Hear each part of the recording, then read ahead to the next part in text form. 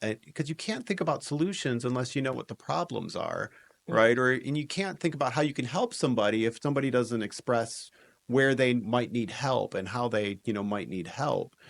And so, and it never ends, and Yeah. so, I sometimes see, like, in young leaders, a defensiveness, when somebody comes up to them and they say, here's something that I'd like to see to be make Alfred State better, and I always embrace that, and I try to find where the common themes are.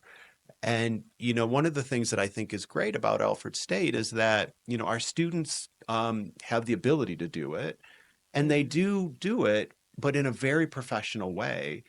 And you know what that leads to, us being able to listen and hear and do our very best, to come up with solutions. And so, I could think of actually several examples, over the course of this last year.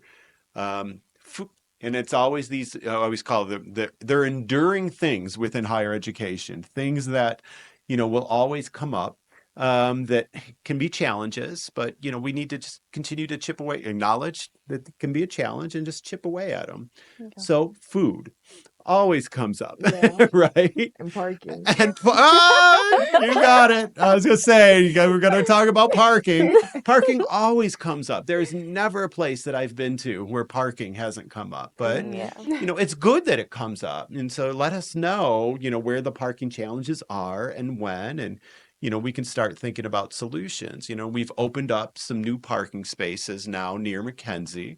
We need to continue to think about the other side of campus now, Mhm. because it's a little tight there at the moment. But parking comes up, right? But let's talk about it, right? Let's Yeah. not So you pretend can that, chip yeah, away at it. that's Let's not exactly right. acknowledge it. Yeah.